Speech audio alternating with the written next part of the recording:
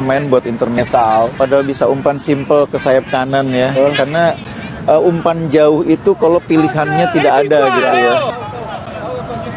Sebelum dimulai pembahasan, mohon bantuannya untuk subscribe channel ini, agar tidak ketinggalan info Timnas Indonesia. Sangat seru dan menegangkan.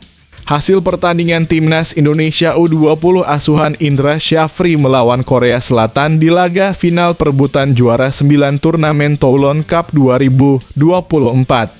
Begini jalannya pertandingan. Dalam laga final perebutan juara 9 turnamen Toulon, Timnas Indonesia U20 di bawah bimbingan pelatih berpengalaman Indra Syafri bersiap untuk menghadapi tantangan dari Korea Selatan.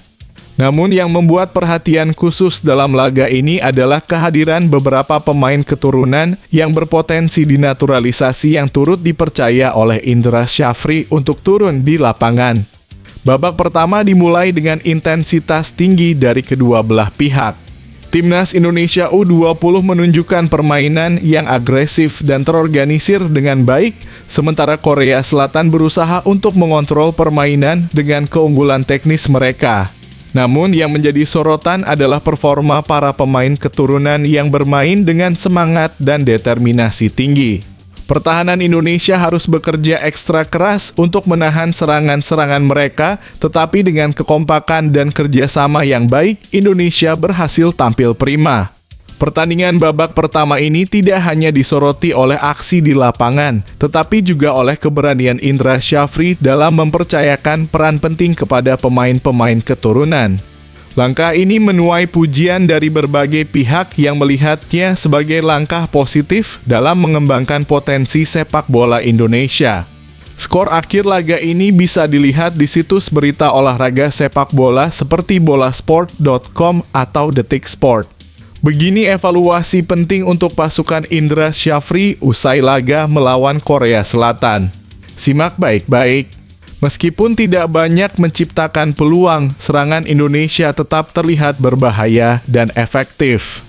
Mereka mampu memanfaatkan kesempatan yang ada dengan baik. Meskipun begitu, permainan tidak terlepas dari kontroversi. Beberapa momen kontroversial dalam pertandingan, mulai dari keputusan wasit hingga insiden di lapangan, menambah ketegangan dalam laga yang begitu alot ini. Salah satu hal yang harus dievaluasi adalah efektivitas dalam menyelesaikan peluang. Meskipun Timnas Indonesia berhasil menciptakan beberapa peluang berbahaya, namun kurangnya klinisisme dalam menuntaskan peluang menjadi salah satu titik lemah dalam pertandingan tersebut. Pemain-pemain Garuda perlu meningkatkan ketajaman mereka di depan gawang lawan agar bisa mencetak gol lebih banyak dan meraih kemenangan. Selain itu, pertahanan juga perlu diperhatikan. Masih terdapat beberapa celah di lini belakang yang bisa dimanfaatkan oleh lawan. Koordinasi antara pemain belakang perlu diperbaiki agar bisa lebih solid dan tidak memberikan kesempatan bagi lawan untuk menciptakan peluang berbahaya.